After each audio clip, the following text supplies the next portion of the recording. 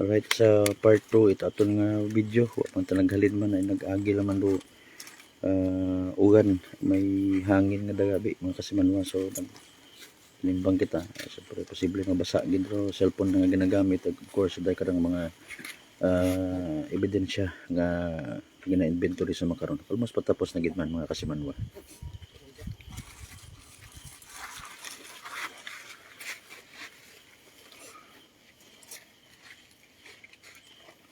Kaintindi ka man aklanon, migo? Hindi? May asawa ka? Wala rin.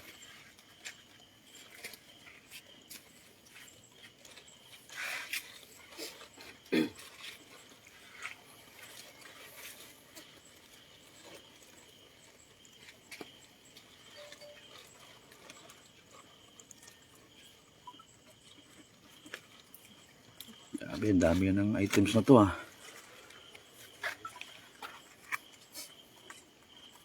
Gumagamit ka rin nito? Tibo? No comment. Yun. Sila to na bos. Sila.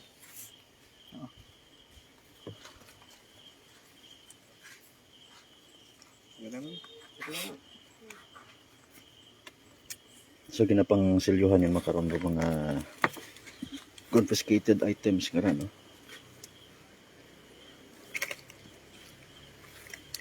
Nabubog at nataso. Hindi.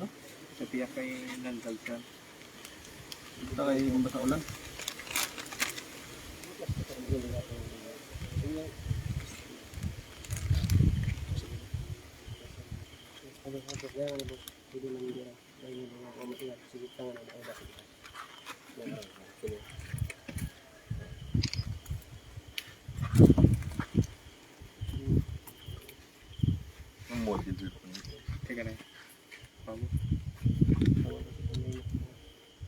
Ron, may ayun lang ako. ID gali. Ano yan? National ID. National ID. National ID ko. Ay mo din. Balik mo ano. Spark. Spark. Ano color eh? Violet. Purple. So tapos yung gali kuno ana karang kuan anang kontrata construction worker iya sa Isla de Boracay.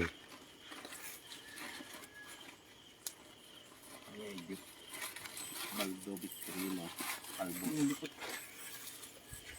Hindi pa pala kumuha ng ano to? National ID? Saan? Kampal pang address yung Sunwan. Anong year doon konsyal anang kuan basi kon buhay niya sa Isla de Boracay gali ron? Video mas kang na.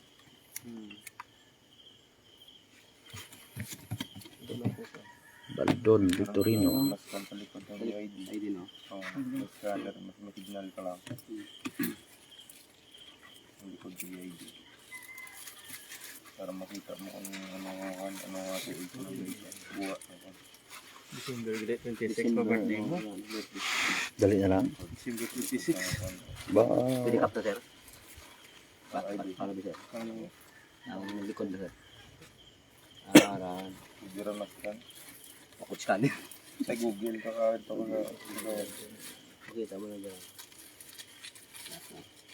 nagpa sa Google ko naman. Google na. Wala pa na. May mo.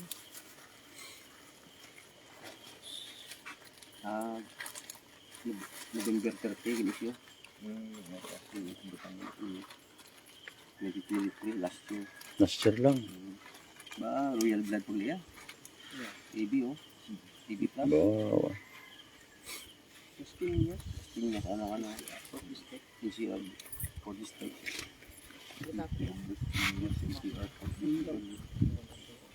Lugar na kapanganakan.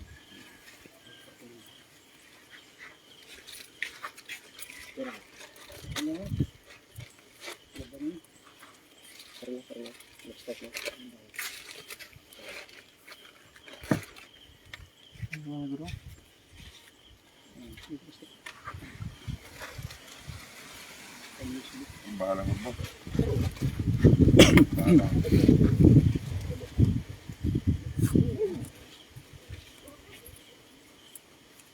Tara.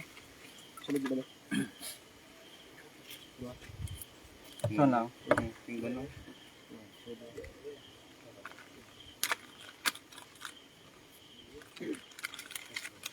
Yung drug items. Facebook niya ito buhat at baboy. Kita na. Buhat ito buhat hangin.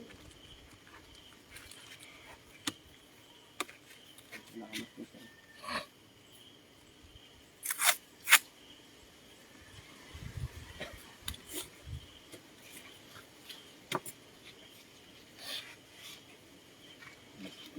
Nagawan mo.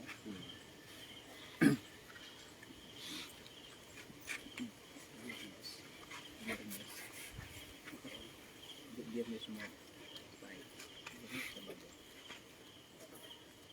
Biyernes mo dia makan.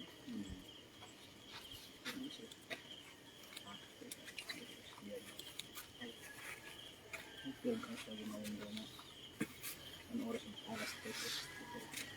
Alas 3.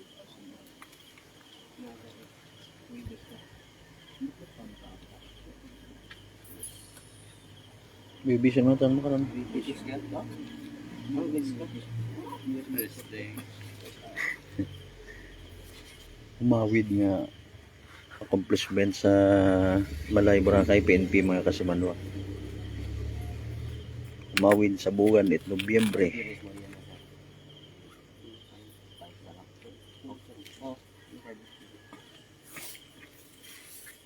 Tama-tama na maka-out pa ako dito sa ano.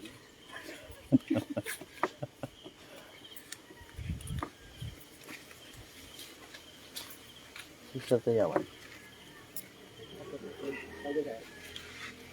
Hindi ako laman magto siguro. Okay. Try kita ma-interview kay Police Captain Tayawan mga kasimanwarong team leader ita aton nga nga drug enforcement team no sa Eastern Boracay. Buka are. Ito po yan. Isa. Ay, cluster mo dyan, boss. Ilan yung cluster? Ito ba sino? Drug item. Ito pa yan. Okay. Yan na maitin kita. Sa Tayawan. So hararong area. Madugom tuloy di karana no. Daya di karasa na nagkasugot abi nga kan. Magka-site ang nagkaroon nga transaction. Sir, pwede na? Pwede kita maka-interview? Oo. Through Facebook Live. Hindi na po natin papakita yung mukha ni Sir. No? Si Police Captain Tayawan, mga kasimanwa, halo-haloon talang Tagalog ag Aklanon. No? Sir, nakikita natin, naka-Facebook Live tayo sa page ng Energy FM Kalibo. Una-una Sir, congratulations. No? Successful yung buy-bus operation. Hingi lang kami sa ng konting background regarding sa subject na to. Gano'ng katagal nating na-monitor? Sige po. Magandang gabi po sa mga taga-pakinig po ng Energy FM, sir. No? Apo. Energy FM. Sa tanong mo, sir, ay almost 2 months po namin to siyang minomonitor. Opo. Prior po sa mga previous operation namin, ito po ay follow up sa kanya. Okay. Oo. Ay lumalabas po na isa siya sa mga sources ng droga dito sa isla ng Boracay. Opo.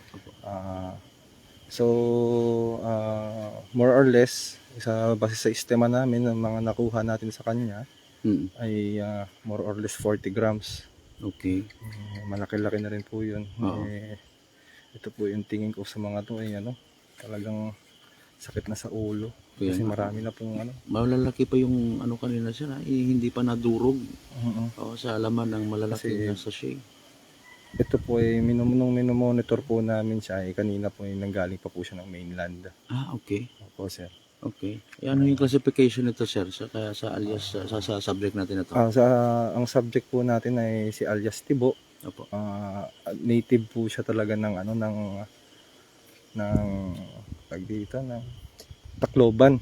Tacloban City kung di po ako nagkakamali. Pero nung base po sa casing and surveillance namin nitong mga nakaraang araw, nitong mga nakaraang buwan, Oo. Napag-alaman po namin na hindi po talaga siya aklanon kung magsalita. Ayun, okay. Oo. So, we assume na either taga Luzon, Okay. taga Maynila o ano. So, lumalabas po sa ano natin, Mm. sinabi naman po niya kanina, di ba sir, nung natanong siya, Mm. siya po pala ay lumaki talaga sa Las Piñas City, Metro Manila. Opo. Okay. Yun. Sige. So, yung sa monitoring natin sir again, mga parokyano nito sir, possibly mga dito lang sa Boracay. Siguro sir ay ano mo muna natin sir na kung Okay. sino po yung mga parokyano Of sir, course, no? of course, Kasi, of course. sir, dahil baka may iba po tayong maaalarma na Of course. baka Oo. tulad niyan meron pa po tayong PIDEA, Mm. meron pa po tayong ibang unit na nag-ooperate po ng Oo. ganitong klaseng trabaho. Oo. Baka po mako-compromise po yung Ayan, ibang oo. monitoring din nila. So, May rough estimate tayo sir sa possible na value nitong mga na-confiscan natin. Medyo malaki-laki rin. Oo, Estimate sir, ko kanina, mga yes. nasa kalating milyon na to kung di ako nagkakamali. wala pa naman po sir. Wala pa Mga naman, Sa 270,000 po sir, mga ganyan. Ayun, oo. Sa comparison kasi nung dati doon sa may bayan ng Altapas, medyo halos magkasindami din, ano? Anyways, so yung nasa 2 months more or less natin Yes, sir, na-monitoring opo, sa kanya, nagbunga rin ng Oo sir. pagsasakripisyo ninyo sir, ano? Okay, Yep. sige. Most probably, may mga pagdidelibera na sana nito, kaso lang, siyempre, given na, naunsyamin na, no? Na purnada na, ika nga, dahil sa inyo pong pag-monitoring, pagplano ninyo, hanggang sa magkasa kayo ng anti-illegal drug operation, ay naging successful, no? Yes, sir. Maaari kaya sir tayo magbigay ng muli at sa muli paalala sa mga kababayan na natin na dito po sa Malay or Boracay, possibly nag-engage sa ganitong gawain na talagang walang magandang kahinatan. Sige sa Tayawan, go ahead po. Siguro po unahin ko na lang po muna sir sa mga ano sir, no? Sa mga hindi naman po involved sa mga ganitong klase ng aktibidades. Ano. Ang gusto ko lang po sabihin sa komunidad na sana po kung meron po kayong mga klaseng ganitong nakikita sa paligid ninyo, sa lugar ninyo, huwag po kayong magdalawang isip na magsabi po sa aming kapulisan. Lalong-lalo na po sa amin dito sa Malay dahil talagang galit na galit po kami talaga sa droga. At sa mga drogista naman dyan, mga nagbibenta at gumagamit, maawa naman po kayo sa mga kabataan. Ako po sir ay taga Maynila. Ako po ay taga Metro Manila at Tagalog din. Nakita ko po kung ano yung epekto nito sa mga kabataan. Meron pong nagagahasa dahil sa nagnanakaw dahil wala nang panggamit. Sana po tigilan na po ninyo. Kasi kung hindi po talagang hahabulin ko po talaga kayo. Sige. Disposition sir sa subject na to? Sir, bali ito po ay subject for ano siya sir, for drug test sir, drug test, and saka ilalaboratory pa natin sir kung gaano ka legitimate sir yung mga Yes. nakuha sa kanya, at saka inquest proceedings sir. Ayan. Oo. Malaki-laki rin po sir, no? Yung value nitong mga na-recover natin mga items. Pero the same pa rin, no? A violation sa Republic Act Yes, sir. 9165 sa possession at saka sa pagbebenta. Pagbebenta po sir. Ayan, sige. Sir, congratulations Yes, again. sir. Maraming Salamat salamat po, po. sir. Magandang umaga po. Mga kasimanwa si Police Captain Tayawan, ating team leader, no? Sa anti-illegal drug operation sa Isla Boracay. So, patapos naman dong inventory na gina-document na lang kasi man sa gyapon do subject ng kapabilin ng hipos wa man nga tao komento regarding sa day karang operation mga kasimanwa.